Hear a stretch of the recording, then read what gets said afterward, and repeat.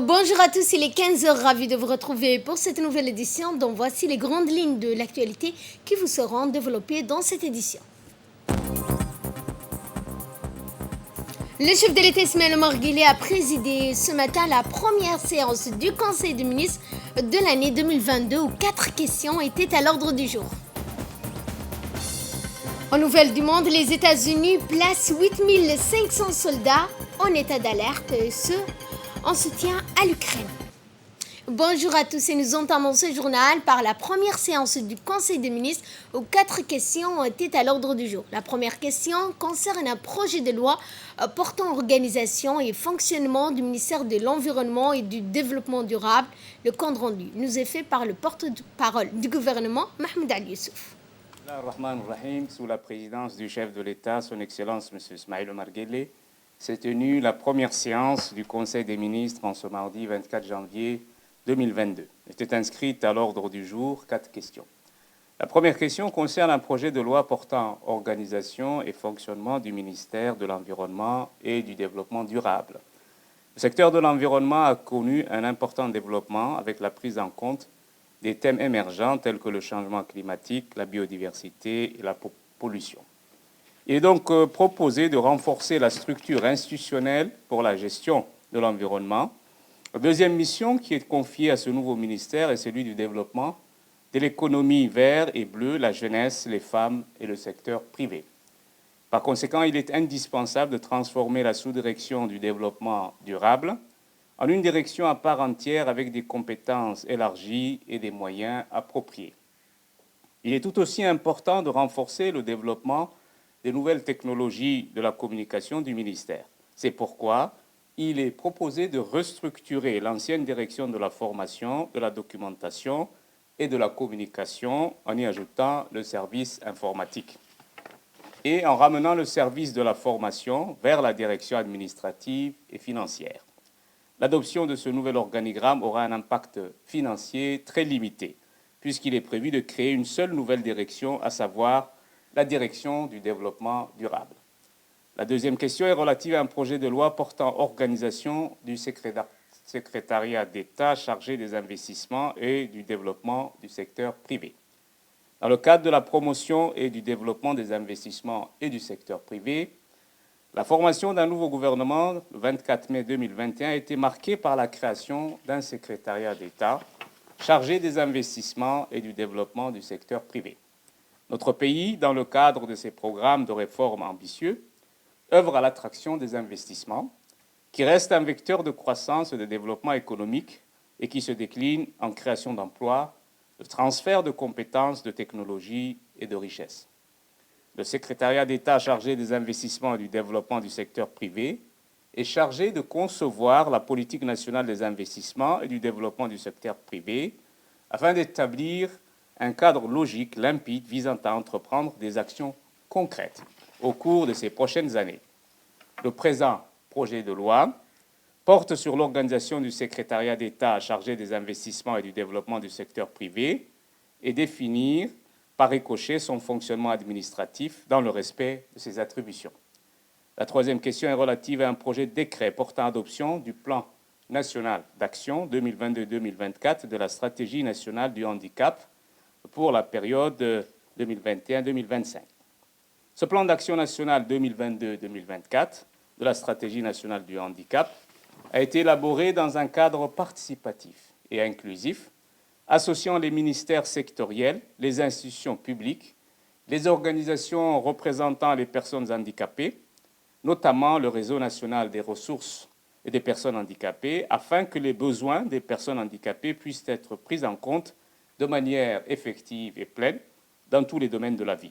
Ce plan d'action comporte une série d'activités qui ont été discutées et validées lors d'un atelier qui a eu lieu le 1er juillet 2021 au Palais du Peuple. Le coût opérationnel du plan d'action national 2022-2024 s'élève à 2,166 milliards de francs djibouti. La quatrième question est relative à un projet de décret modifiant les modalités de l'immatriculation des véhicules relevant du régime d'admission temporaire. Conformément à l'article 14 de la partie réglementaire du Code de la route, qui n'avait pas prévu le délai de la validité concernant la catégorie des véhicules bénéficiant de l'immatriculation dans la série temporaire, il est constaté que les bénéficiaires abusent de cette faille pour bénéficier éternellement de cette exonération. Aussi, le présent décret vise à fixer une période de validité à l'immatriculation temporaire des véhicules. Dans cette optique, la période de validité de l'immatriculation, afin de faciliter le contrôle aux agents de la police routière, a été donc fixée. Donc, le présent décret fixe donc cette période temporaire de validité dans le cadre du Code de la route et ainsi que des sanctions qui s'appliqueront aux contrevenants des dispositions du présent projet de décret. Enfin, sur la question des élections régionales et communales, le mandat des conseillers régionaux et communaux arrivant à terme le 25 février 2022, le ministre de l'Intérieur a annoncé que les dates retenues pour les élections communales et régionales prochaines sont le 5 février 2022 pour le dépôt des listes. Le premier tour sera organisé le 11 mars et le deuxième tour des élections, en cas de deuxième tour, ce deuxième tour sera organisé le 1er avril 2022. Et dans le reste de l'actualité, le général de corps armés Zakaria Cheribrahim, chef d'état-major général des armées, a procédé aujourd'hui à une remise de galons au personnel navigant de la Marine nationale. En effet, suite à l'acquisition d'un chaland de 3 patrouilleurs, dont 2 de 53 mètres et 1 de 26 mètres, il a été indéniable de porter à leur mise en route jusqu'à Djibouti. Objectif de cette cérémonie est de récompenser nos valeureux marins qui ont piloté ces navires depuis le port de Cape Town en Afrique du Sud jusqu'à Djibouti, à long périple de 17 jours au cours duquel nos marins se sont battus contre vents et marées pour ramener les navires à bon port sans incident. Eh bien, à son arrivée, le général Zakaria Cheribrahim a été accueilli par le colonel Ahmed Daher Jama, commandant de la Marine nationale.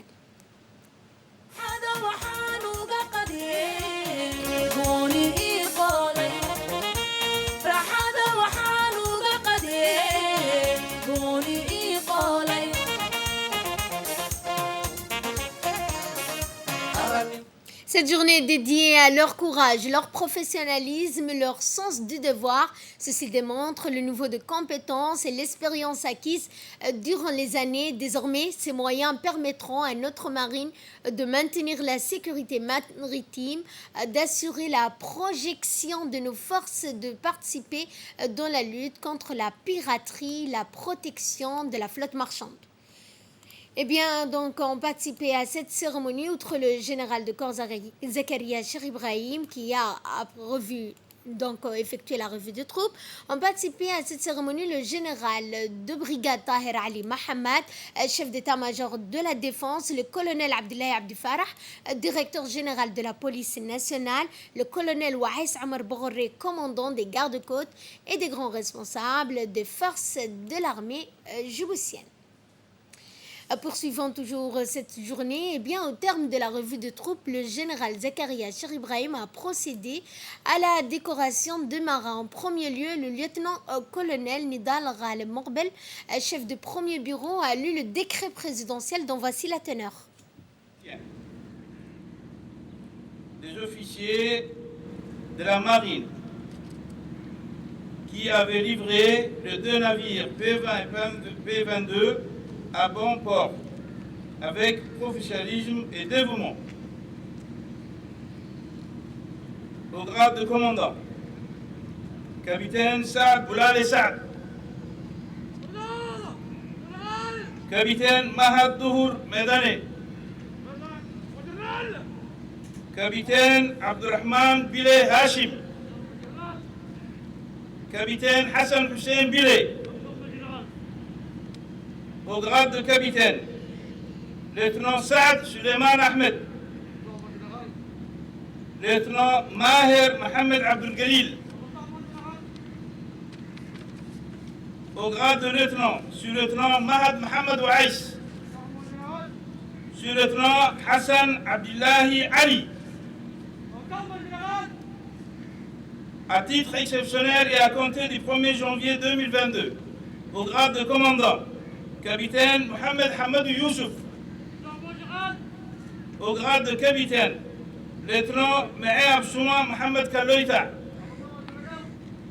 Au grade de lieutenant, sous-lieutenant Soubane Omar Hussein.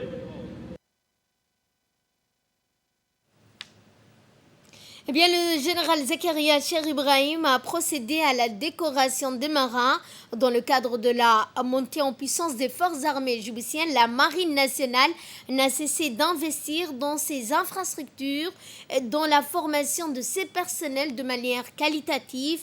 Il en résulte aujourd'hui un niveau de la compétence sans précédent du personnel de la Marine nationale. Désormais, ces navires sont acquis en dotation au sein de la Marine nationale. Ces moyens permettront à notre marine de maintenir la sécurité maritime, d'assurer la projection de nos forces, de participer également dans la lutte contre la piraterie et la protection de la flotte marchande.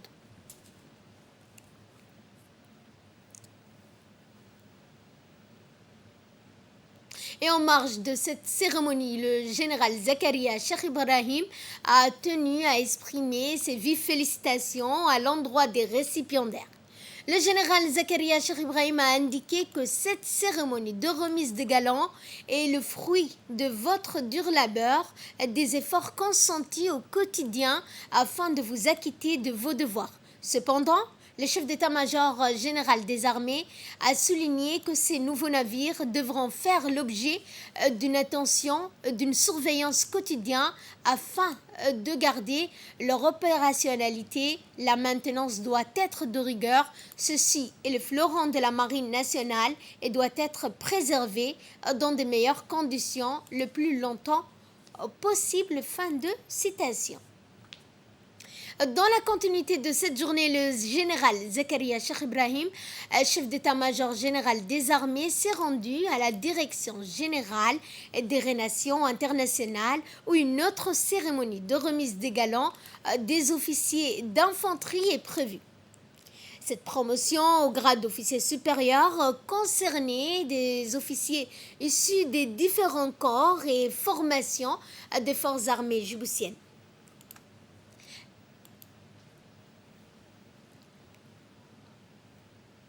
Accueilli par le lieutenant-colonel Ibrahim Zakaria Cheikh, directeur général des relations internationales, le général Zakaria Cheikh Ibrahim a effectué la revue des troupes.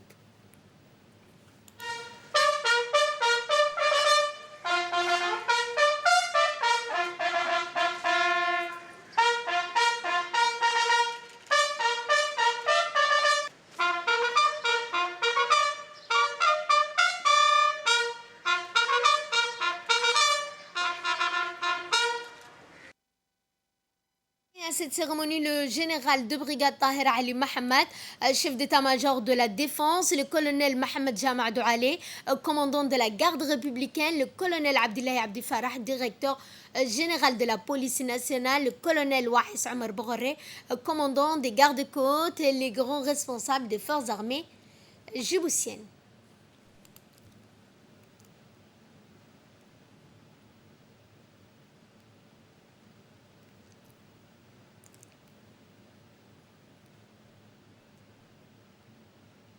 Et au terme de la revue de troupes, là aussi, le général Zakaria Cheikh Ibrahim a procédé à la décoration des marins. En premier lieu, le lieutenant-colonel Nidal Ghal Morbel, chef du premier bureau, a lu le décret présidentiel. Nommé au grade supérieur à titre exceptionnel, à compter du 1er décembre 2021, au grade de lieutenant-colonel, commandant Ilyas Omar Youssouf, commandant Ali Ilmi Bouh, commandant Hamad Ahmed Mohamed, au grade de commandant, capitaine Mahmoud Hussein Omar, capitaine Mohamed Saïd Roblé, au grade de capitaine, lieutenant Mohamed Amin Mohamed.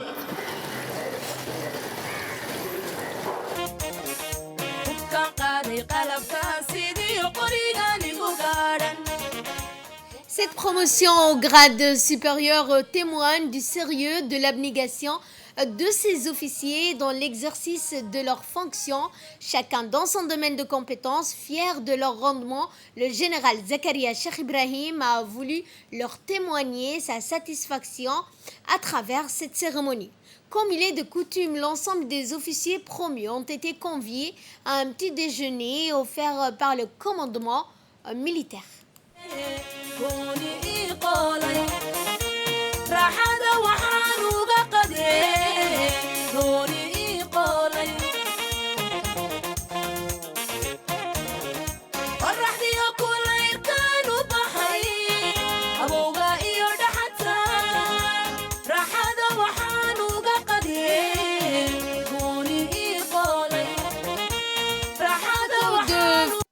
A clôturé cette belle journée.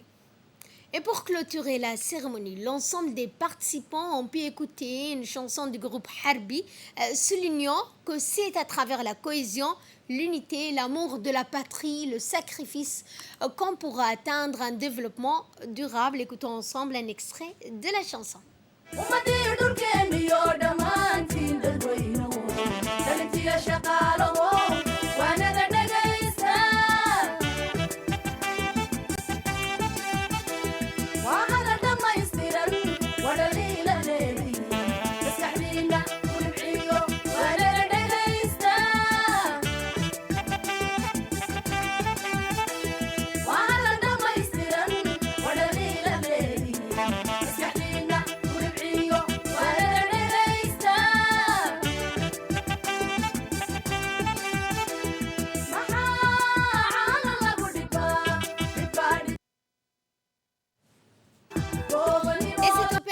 De sensibilisation de la part des gendarmes, et ce suite à l'émergence des nouveaux variants de la Covid-19 dans notre pays, et pour répondre à l'appel de mobilisation du ministère de la Santé pour une collaboration dans le cadre d'une sensibilisation massive de la population. Les différentes unités de la gendarmerie ont mené des campagnes de sensibilisation dans des lieux publics, institutions étatiques les plus fréquentés pour faire respecter les mesures de prévention contre cette pandémie.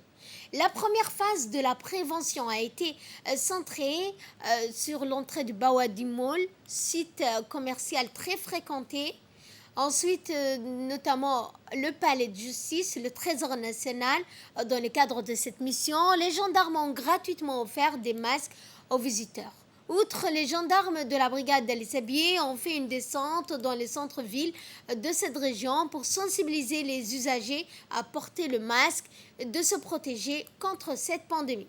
Enfin, les gendarmes de la circonscription de Belbela ont invité les chefs de quartier pour les informer de l'augmentation des cas positifs de Covid-19 en République de Djibouti et de leur recommander à faire des sensibilisations communautaires en vue de respecter les gestes barrières tout en insistant sur le port de masque obligatoire. Ainsi, la gendarmerie, se souciant du bien-être de la population, est disponible en tout temps, en tout lieu, à répandre les messages des autorités sanitaires pour pallier à cette pandémie du Covid-19. Et de là, nous passons à ce qui domine l'actualité nationale. Et concernant les tensions entre l'Ukraine et la Russie, les États-Unis continuent d'accroître la pression sur Moscou. Selon le porte-parole du Pentagone, 8500 soldats ont été placés en état d'alerte et pourraient être déployés au sein de troupes de l'OTAN en cas d'invasion de l'Ukraine par la Russie. Le président Joe Biden s'est pour sa part entretenu en vidéoconférence lundi soir avec les dirigeants français, allemands, italiens, polonais, britanniques, ainsi que le secrétaire général de l'OTAN, Jens Stoltenberg, le président du Conseil, Charles Michel, la présidente de la Commission européenne, Ursula von der Leyen. Joe Biden a vanté également la totale unanimité entre Américains et Européens, malgré une certaine dissonance. Plus tôt dans la journée, Bruxelles avait jugé excessive la décision des États-Unis d'évacuer ses diplomates d'Ukraine. fin de ce journal. Merci à vous de nous avoir suivis. Merci également à la régie et très bon après-midi à toutes et à tous.